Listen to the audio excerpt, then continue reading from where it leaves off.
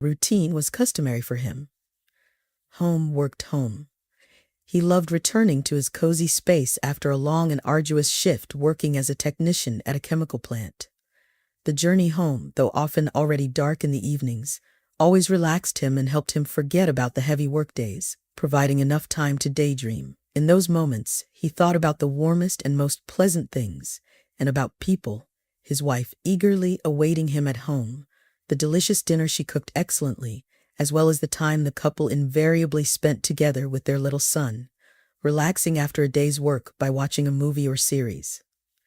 Jorge never found it difficult to return home late in the evening, even in twilight and darkness. He was always a careful driver, attentive to what was on the road and on the sidelines. Accustomed to the various wildlife inhabiting their area, he understood well that it was easier to hit an animal in the evenings, even if it was a stray dog or a cat suddenly darting under the car. This evening, he smiled in anticipation of the time he would spend with his wife, who also worked at the same factory, but finished her shift much earlier than her husband. She returned home with her colleagues, and before Jorge's arrival, she managed to prepare dinner and even tidy up the house, although the man didn't mind helping her with that on his days off. Jorge habitually slowed down as he approached a turn and suddenly noticed movement on the roadside. Slowing down even more, he hoped not to scare off the animal lurking in the darkness of the thickening night. However, upon closer inspection, he immediately hit the brakes. For a couple of moments, he stared into the darkness, wondering if he was imagining things, but then he saw a faintly rising thin, small hand covered in blood and dust. Jumping out of the car, the man hurried towards what he mistook for an animal. With each step, his eyes widened more and more, and his body was seized by shock, lying in the gall. In the grass and dust was a very young girl contorted in pain and fear. As he approached, Jorge realized that the child couldn't have been more than 12 years old, and she looked as if she didn't know what to do, whether to crawl closer to the road in search of help or away from it to avoid further harm. The sheer panic in the girl's eyes stabbed Jorge's heart painfully as he suddenly realized that she must have been hit by a car or been the victim of an accident. Looking around, Jorge found no trace of a crashed car, and he thought that his initial assumption was probably correct. How and why she ended up so late in this place he didn't know, but he couldn't help but think that the girl might have been lying in the grass for hours. The man hastily pulled out his mobile phone and cursed its battery died, and now it was just a useless piece of plastic he couldn't use to call for an ambulance. Ideally, it should have been the ambulance to transport the victim hit by a car, as moving the child could not only cause her more pain, but also potentially worsen her injuries. Glancing around, Jorge realized that there were too few cars on the road at this late hour to wait for help, and who, after all, would stop almost at night for a stranger to listen to a plea to call an ambulance? The man quickly examined the child, touching her fragile body as gently as possible, trying to understand what could be broken. "Hang in there," he muttered, trying to sound reassuring. "Just hang in there, I'll help you." Finding several broken bones and a bleeding wound on the girl's temple, Jorge realized that he should stabilize the fractures and try to stop the bleeding before attempting to take the child to the nearest hospital. Rushing to his car, he quickly grabbed a small first aid kit, picked up a couple of planks lying in the trunk from some repair work he had recently done at home, and returned to the child. Working swiftly, he bandaged the girl and applied splints to her broken bones. "Hold on, and forgive me, it's going to hurt." Jorge carefully lifted the child into his arms. Though she cried, she lacked the strength to scream even if he did cause her pain, which he didn't intend. After laying the girl in the back seat, he returned to the driver's seat and headed towards the hospital, glancing back at the whimpering child.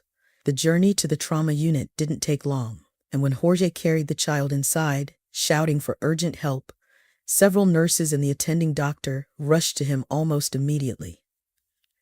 Handing the girl over to the professionals, Jorge warily sat down in a chair as someone questioned him about what had happened and who the girl was. Still shaken by the events, Jorge explained that he found the child on the roadside, unaware of her identity, origin, or parents. Realizing that the doctors would have questions and not wanting to leave the child alone, he felt compelled to stay in the waiting area. He asked the young woman at the reception desk to use the phone to call his wife and let her know he would be late for dinner. Then came the long wait, and Jorge nervously tapped his foot, wondering if the girl would survive and if he had gotten her to the hospital in time. Even if the doctors had discharged him, he would have stayed in the hospital to ensure the child was okay. That's who he was, kind and compassionate, unable to abandon someone in need. After what seemed like an eternity, a man and a woman burst into the ward like a whirlwind. Both were pale with panic as they demanded, more than asked, to see their daughter. One of the young doctors, quickly recognizing their names, understood they were the parents of the girl Jorge had brought in, who managed to utter her name, while they examined her and tended to her wounds. The doctor informed the parents that the girl had been brought in by a man who found her on the side of the road.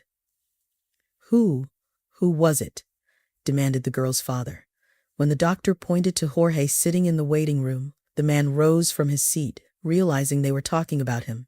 Seeing the girl's father, Jorge was stunned, suddenly recognizing the man. Nervousness and anticipation gave way to shock and tension. Jorge didn't know what to say to this person. The girl's father approached him and extended his hand. "Thank you. You saved my daughter." Jorge grimly looked at the man and reluctantly shook his hand, remaining silent. However, the man suddenly froze and frowned. He, too, recognized the man standing before him. Jorge didn't say anything, just nodded grimly and walked away, leaving the child in the care of professionals and her parents. He wanted nothing from the girl's father, neither gratitude nor acknowledgement. As he headed home, Jorge thought about how this man, Martin Silva, a judge, had shattered Jorge's life 15 years ago. He had long forgotten how exactly his life fell apart overnight. But now the memory resurfaced, flooding his consciousness with a nauseating feeling in his chest. 15 years ago, Jorge was just an ordinary student. He studied, tried his best to balance his studies and entertainment, enjoyed himself with friends, made plans, and dreamed about his future. But on one fateful evening, he simply found himself in the wrong place at the wrong time. The alley he happened to pass by turned out to be the scene of a horrific crime. Jorge was caught on the cameras of a nearby gas station, leading the police to apprehend him, mistaking him for the culprit. The trial was swift, and witnesses pointed to Jorge as the perpetrator, describing in detail the clothing they saw on the murderer fleeing the scene. No matter how much Jorge tried to tell the truth in his defense, no one listened. It all boiled down to the timing of his proximity to the crime scene and the popular sweatshirt he was wearing, common among students at that time. He was convicted, and he found himself in prison, sentenced to 10 years. Jorge sighed heavily. 15 years had passed and nothing could be changed anymore, so there was no point in being angry. The conviction remained with him for his entire life, but he was released early, having reduced his sentence through exemplary behavior. Finding a job afterward was very difficult, and the dreams of the future shattered after the trials seemed unattainable. But he endured all the trials, refusing to give up and moving forward. By fate, he got a job at a chemical plant in the suburbs, where he worked diligently and also met his wife, Allegra, whom he fell in love with as a teenager. Their relationship helped him emerge from the dark and empty existence he led back then. He was not only grateful to his wife for her support and love, but also admired her unbiased attitude. She was not afraid of Jorge's conviction and accepted him for who he truly was, kind, compassionate, and a good person. She didn't go wrong with her choice. Their couple was harmonious, and together they were incredibly happy.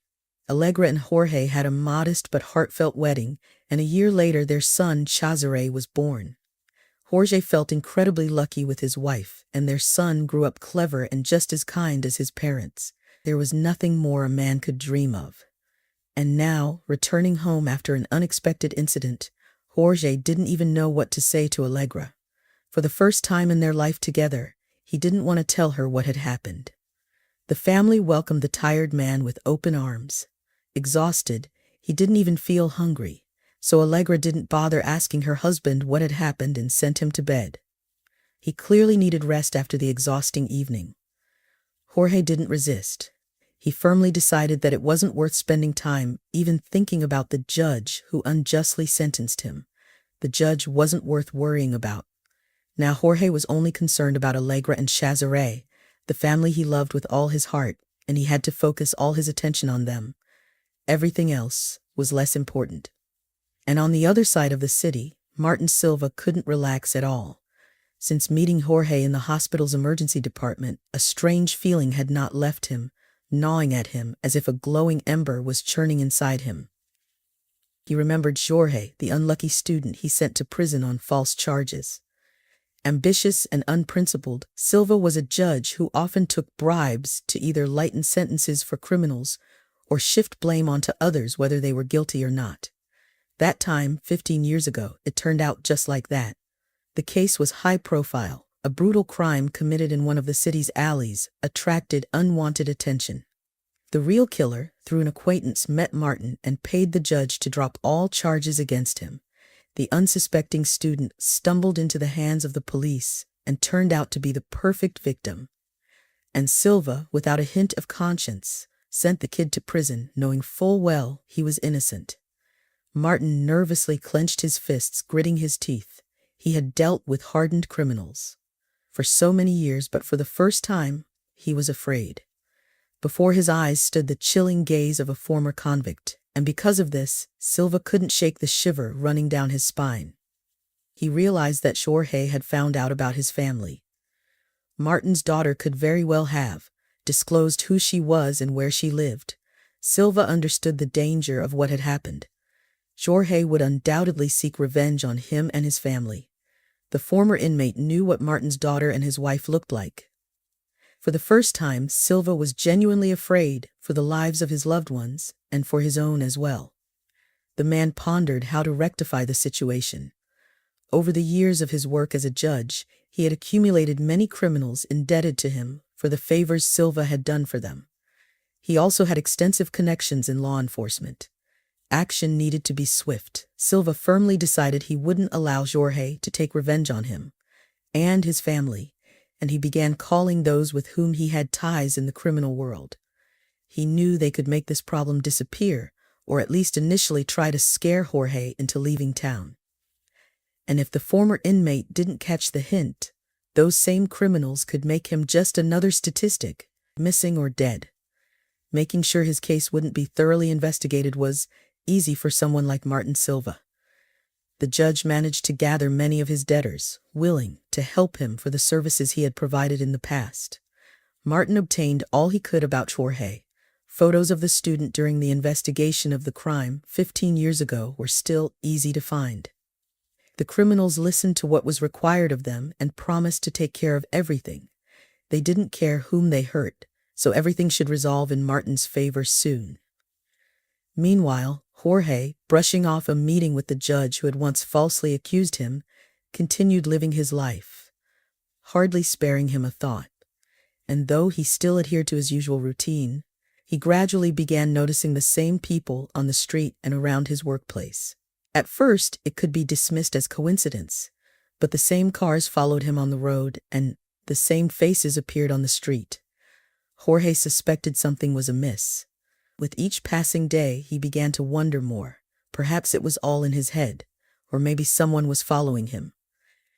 He tried his best to shake off the heavy feeling that all these strangers were purposefully pursuing him, but as it turned out, none of this was a result of the man's imagination. One pleasant evening, as Jorge enjoyed his weekend, he drove into the city to stop by one of his favorite shops and stock up on essentials. He was in a good mood, already planning how to surprise his spouse on their upcoming anniversary, which was just around the corner. However, as Jorge exited the store and headed towards his car parked nearby, he suddenly heard footsteps behind him. Glancing back, he saw the same people he had noticed before, both in the city and around his workplace. The strangers' grim faces seemed menacing, prompting Jorge to quicken his pace, hoping it was some misunderstanding and that the men were simply walking in the same direction as him. But the footsteps behind him quickened, and moments later, someone suddenly struck him in the back. Jorge couldn't stay on his feet and fell. Immediately, 5 strangers surrounded him and began kicking him, beating him with such force and hatred as if one of these men held a personal grudge against him.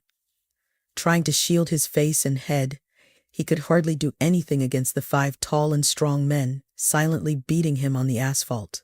Jorge had no idea how long it lasted, feeling every inch of his body through the prism of pain. But at some point, headlights from an unfamiliar car illuminated the scene, and the thugs scattered as suddenly as they had attacked, frightened by the passing vehicle. "Run!" Jorge only heard that command. The driver seemed not to notice either the men fleeing the parking lot or Jorge writhing on the ground, slowly regaining consciousness. Jorge was relieved that the car, in the right place at the right time, scared off the thugs. Otherwise, they could have beaten him much worse. However, as he got up, he already realized that, ideally, he should have gone to the hospital. His wrist was swollen and throbbed with pain, blood flowed from his face, and his sides agonized with every movement. Struggling to reach his car, Jorge shakily inserted the ignition key and turned it, starting his faithful old car that had saved him on the road more than once. The journey to the hospital felt as long as when he had rushed a wounded girl, each second stretched like eternity. Finally, he arrived at the trauma department, where he was attended to, and all the injuries sustained during the beating were examined. Talking to the doctor, Jorge honestly recounted how he was attacked by some thugs, and the doctor called the police to interview the victim and initiate an investigation to find the criminals. Jorge didn't hold much hope, but he truthfully answered the police officers' questions. He could see from their faces that they either considered him a drunkard who fell down the stairs or someone who got into a fight on his own. After all, they started their interrogation by mentioning his past conviction. In the end, the police waved off Jorge and left on their own, leaving the man alone with the doctors. He arrived home around midnight when his son was asleep, and his worried wife, Allegra, was waiting for him in the dining room. Seeing him at the door, the woman jumped up and immediately rushed to him. "Holy Virgin Mary, what happened to you?" She helped him to a chair, noting his busted lips, cut brow, and heavy bruises on his face. "I was attacked." Jorge squeezed out, feeling the tightness of the bandages around his cracked ribs. The doctors had done a good job. Although the ribs weren't broken, there were several cracks. The swollen arm was the result of a severe bruise to the wrist joint, so he would have to forget about work for a while and take sick leave. Allegra burst into tears, disbelieving her eyes. "How can such people even walk under God's eye? Oh, my dear, how did this happen?" For a while, Jorge listened to her words, interspersed with calls to God and all the saints the woman could remember, and he couldn't even think about what to say in response. When Allegra calmed down a bit, expressing all her thoughts about such scoundrels who maim innocent people, Jorge took her hand and tried to smile. "Everything will be fine, Allegra. It's not as bad as the doctors told me." "Not as bad?" His wife flared up again. "Not as bad. Have you seen yourself in the mirror? It will heal. It will." He tried to convince not only Allegra but himself. It was unbearable for him to see tears and fear in her eyes. He had tried his best to shield her from such things all their life together, and now he had become the source of her anxieties. "Don't worry, my dear," he stroked her hand. "Tell me you at least filed a report to the police." Allegra frowned. "The police talked to me," but his wife scrutinized his face and frowned even more, not waiting for him to continue. "And? Will they find these scumbags?" Jorge sighed heavily and shook his head. "They didn't even believe me." "Sid, what to believe a convict for?" The woman gritted her teeth and cursed again, this time muttering to herself. For a couple of minutes, she tried to calm down again, and when she succeeded, she met her husband's gaze and tilted her head to the side. "You never told me what happened about a week ago when you stayed late after work." "Could it be related to that evening?" she cautiously asked. Jorge froze, his thoughts swirling in his head. Perceptive woman, he thought. He hadn't even thought about the meeting with the judge nearly a week ago. Jorge realized that, most likely, Allegra was right and these two incidents were indeed connected. "I don't know, darling," he replied. "Don't dwell on it. Everything will be fine." Allegra hugged her husband, realizing that it wasn't worth pressing her already exhausted husband with more questions. She helped him dust off and change, tucked him into bed, and spent the next couple of days helping him recover in every possible way. Jorge, contemplating his wife's words, couldn't help but think about what to do next. Seek revenge on the judge who could have orchestrated this awful attack. No, he wasn't that kind of person. But Jorge did want to have a talk with him, if only to understand why this judge held such animosity towards him. After all he had done was rescue Silva's daughter from the side of the road. And the judge had sent some thugs after him as gratitude. When Jorge was able to move comfortably again, he got into his car and drove towards the building he had been avoiding since the day he was convicted there as a student. Parking on the curb, he waited, scanning the crowd of people entering and exiting the courthouse for the judge. Hours passed before Jorge finally spotted Martin Silva emerging from the doors. Observing the robust, laughing man, Jorge thought he must have been pleased with how his day had gone. For a moment, Jorge also pondered how many more innocent people this judge might have sent behind bars. When Martin pulled out of the parking lot, Jorge cautiously followed him, trying to stay inconspicuous. When Martin parked near one of the apartment buildings, Jorge stopped his car and watched as Martin entered one of the entrances. Taking note of the address, Jorge firmly decided to confront the judge in the morning before he went to work. On his way home, Jorge thought about what he could say to Martin Silva. Jorge hardly slept that night, tossing and turning, both from his still aching body and from the thoughts swirling in his head. He couldn't shake the fact that he had no idea what to say to the judge. On one hand, he couldn't fathom why this person would treat him this way. On the other hand, it seemed like it might be best to abandon the idea altogether. But it was too late to back out. Jorge realized that if Martin Silva could send thugs after him, who beat him up, it could very well happen again. And what frightened him the most was the possibility that Allegra or Chaser Ray could encounter these scoundrels on their way. That was something Jorge absolutely did not want. He rose long before his wife did, dressed in with a medical mask to hide his bruised face. Jorge pulled his head over his head and stepped out into the fresh, seemingly calm morning. He arrived at Martin Silva's house lost in thought, still unsure of what words to say to the judge. Confirming that Silva's car was still in its parking spot, Jorge made his way to the entrance and began to wait. He didn't wait long. The door opened, and Martin Silva stepped out onto the street. Spotting the man in the hood and mask standing right beside him, the judge visibly tensed, though he took a few deep breaths, clearly trying to calm his frayed nerves. "Senor Silva," Jorge stepped towards the judge, who froze, his face paling with horror. "We need to talk." Removing his hood and mask, Jorge revealed his battered face and Silva's eyes widened. "And you're telling me I'm to blame for this?" "I never laid a finger on you," Martin blustered, trying to collect himself and appear more confident in his words than he actually felt. Jorge raised his hand, cutting off the judge's objections with a gesture, and the judge noticed a very strange, incredibly melancholic look from the former convict. "I didn't come here for revenge," Jorge said in a calm and quiet voice. "I came to remind you that 15 years ago you imprisoned me for a crime I didn't commit. You knew it, but you did it anyway. I don't blame you. You're human, and humans make mistakes. It's our nature. Everyone has their priorities in life, vices, thoughts, and desires. I don't blame you for giving in to your vices, Senor Silva. I want to thank you, because if it weren't for my time in prison, I wouldn't have met the love of my life. She saw in me not just a released prisoner, but me, and I love her for that. I think you understand such love when you want to shield from any danger and harm. After all, you love your wife and daughter, don't you? I love my wife and son too. And until recently, I didn't care that you still held the position of judge determining people's fates. I forgave you a long time ago. And if it weren't for your daughter, whom I found by the roadside, I wouldn't even remember you. I only regret one thing, Senor Silva, the time I lost in prison, my nerves and health. Otherwise, I live quite happily, and I don't need you, nor vengeance on you, nor gratitude for saving your daughter. I truly hope she grows up to be less corrupt and cowardly than you. I would really like your daughter to become better and kinder." Martin Silva listened to Jorge and remained silent, suddenly feeling a tremor, not from fear, but from the realization of how cruelly he had treated a man he didn't know. He didn't even realize at first that tears had formed in his eyes.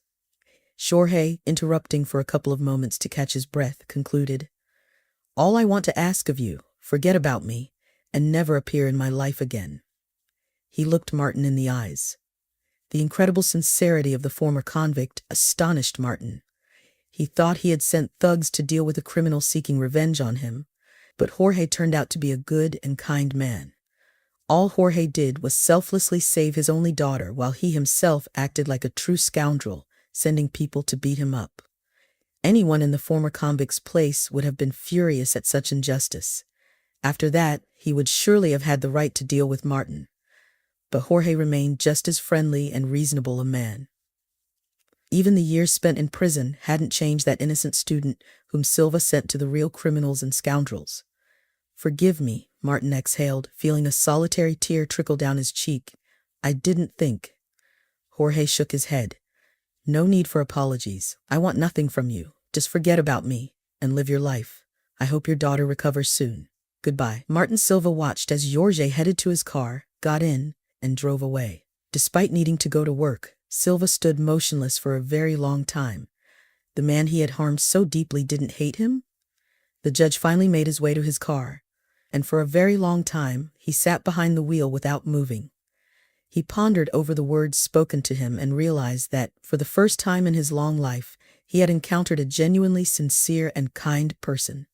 He was late for work that day, and the following days passed in a haze. Martin only came alive when visiting his daughter in the hospital, who was quickly recovering from her injuries and gradually becoming happier, anticipating her return home. Perhaps the hardest thing for Martin was that his daughter spoke warmly of the strange uncle, who found her by the roadside and helped her, taking her to the hospital. Silva listened to Mercedes and delved deeper into his thoughts. Even his daughter saw in the man, who essentially had no obligation to help a stranger girl, a good person, and spoke of him with warmth and gratitude. By the day they were checking her out of the hospital, Martin arrived with his wife to pick up their daughter. She smiled and handed her father a homemade card she had drawn while lying there. Seeing the colorful drawing on the card, Martin realized he couldn't just let it go. "Dad, find that man," Mercedes pleaded. "Give him this card. I really want him to know how much he's done for me." Martin forced a smile and nodded, unable to utter a word. He was afraid his voice would fail him, and he would cry at this heartfelt gesture from his daughter. The next evening, he gathered his courage and headed to Jorge's house. Despite his strong doubts and worries that the man would simply dismiss him, he had promised to deliver Mercedes' card and couldn't help but follow through. Standing at the apartment door, he hesitated for a couple of minutes, nervously, adjusting his tie and constantly glancing at the envelope containing the card and his business card. Finally, Martin rang the doorbell, feeling even more nervous. There was no turning back now. When Jorge opened the door, the smile faded from his face. Martin Silva stood on the threshold. The judge looked ashamed and uncertain, shifting from one foot to the other. Jorge glanced back at his wife and son, then stepped outside, closing the door behind him so his family wouldn't see or hear their conversation. "I told you to forget about me and never show up in my life again," Jorge said quietly but firmly, not taking his eyes off Martin Silva. "I understand everything, but The judge hesitated, then handed Jorge the envelope. "My daughter. Mercedes, she got discharged and she asked about you. She really wanted me to give you this." Jorge indifferently took the envelope but didn't open it, continuing to look at the judge. "Please. I understand you hate me for all I've done. I've really messed up and no efforts can make up for the time you lost in prison because of me. But Mercedes really wanted to thank you personally. Inside the envelope is my business card with my personal number. You can call any time." Martin stepped back uncertainly. "Thank you for your time. And thank you for not standing aside when my daughter needed help." He turned away, and Jorge watched the judge until he disappeared from sight. Only then did he look at the envelope and open it. Inside was a homemade card. On it, the girl he saved proudly drew a man standing with a superhero cape billowing behind him. Beneath the picture was a colorful inscription, "My hero." Jorge read the brief message inside, full of gratitude and kindness, then looked at the judge's business card. With a heavy sigh, he returned to his home, realizing that if not Martin himself, then his daughter was truly grateful for her rescue by a stranger. The girl's father, it seemed, wanted to alleviate his guilt. Jorge didn't know if it was possible to somehow make up for all that Silva had done. Lost time couldn't be recovered, reputation couldn't be restored, dreams couldn't be resurrected. So what did the judge really want? To apologize? Jorge looked at his wife playing with Cesare and pondered. Wasn't it time to tell Allegra everything in detail? Perhaps the insightful woman could advise him on what to do in this complex situation. When Cesare went to bed, Allegra and Jorge sat down with a cup of tea and without reservation. Jorge told her everything that had happened. He not only recounted how he ended up in prison and whose fault it was, but also what happened when he was driving home from work, and after that. Allegra listened silently, her face displaying a range of emotions, from tension and gloom to horror when she heard about the girl who was hit and whom Jorge helped. When her husband told her that by fate her father turned out to be the very judge who had once sentenced him, Allegra gasped. He also openly told her about the beating, including how her insightful remark helped him realize that the two incidents were undoubtedly connected. Jorge saw genuine surprise in his wife's eyes when he recounted tracking down the judge. But when he told her about their conversation, he realized that she never suspected him of planning anything cruel toward the judge. "You never cease to amaze me with your kindness, darling," Allegra said. "Even after everything that person did, you still acted honorably." "That's just who I am, Allegra," Jorge sighed.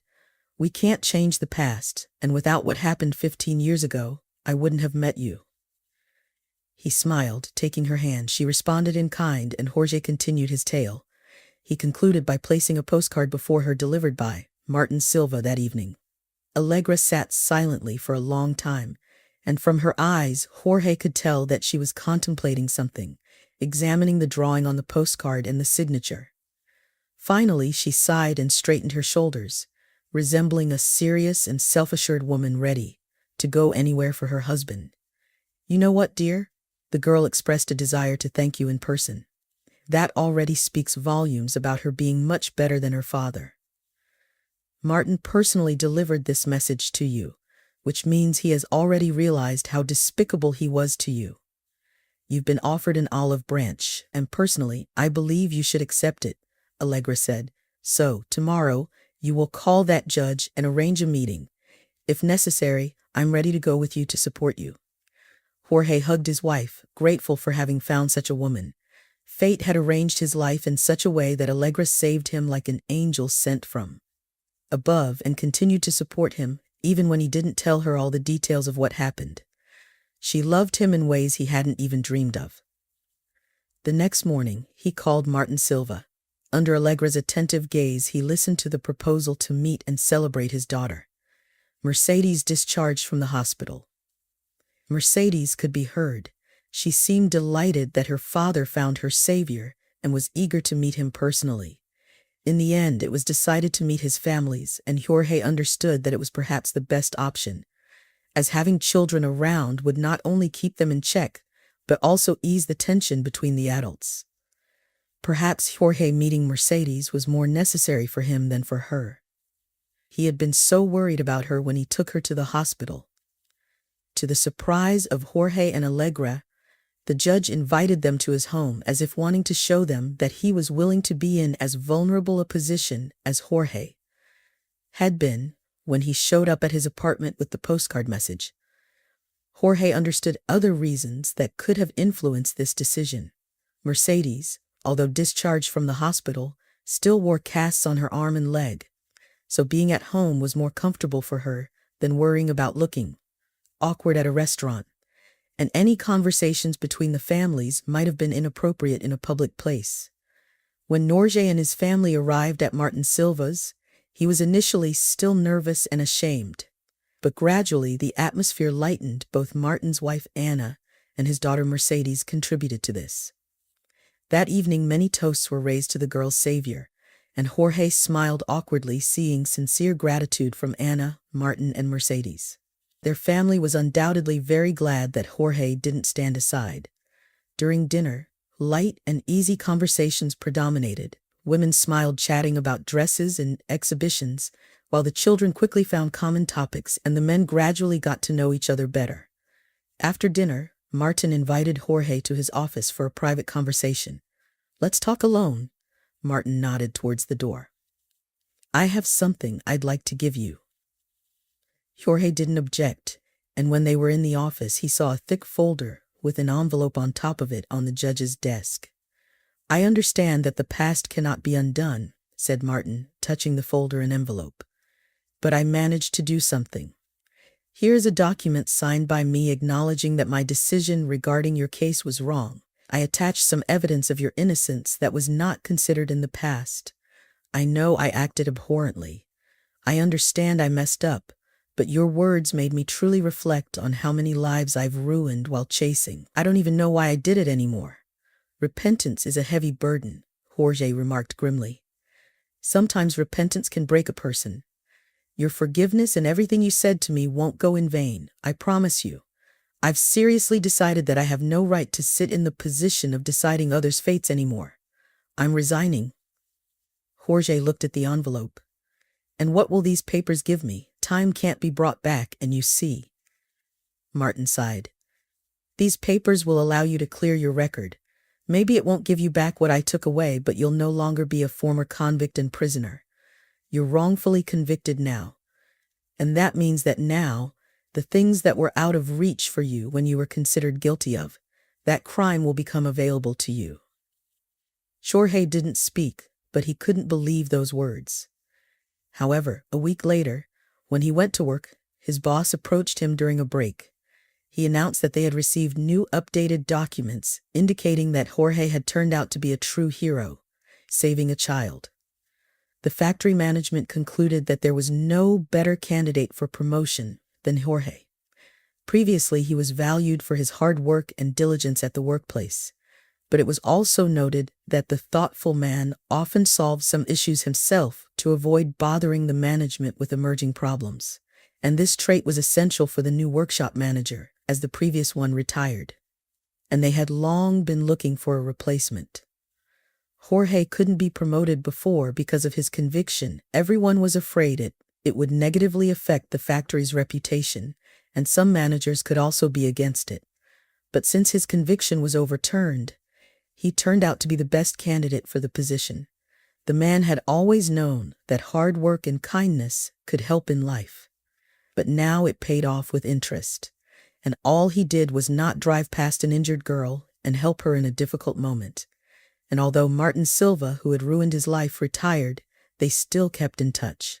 The former judge, plagued by guilt, opened a small office with his own money, where he hired good lawyers who handled cases similar to Jorge's. Perhaps Silva hadn't fully atoned for his past, but he tried very hard to do so, and the recovered Mercedes helped him with this, showing every day by her example that being kind means being happy.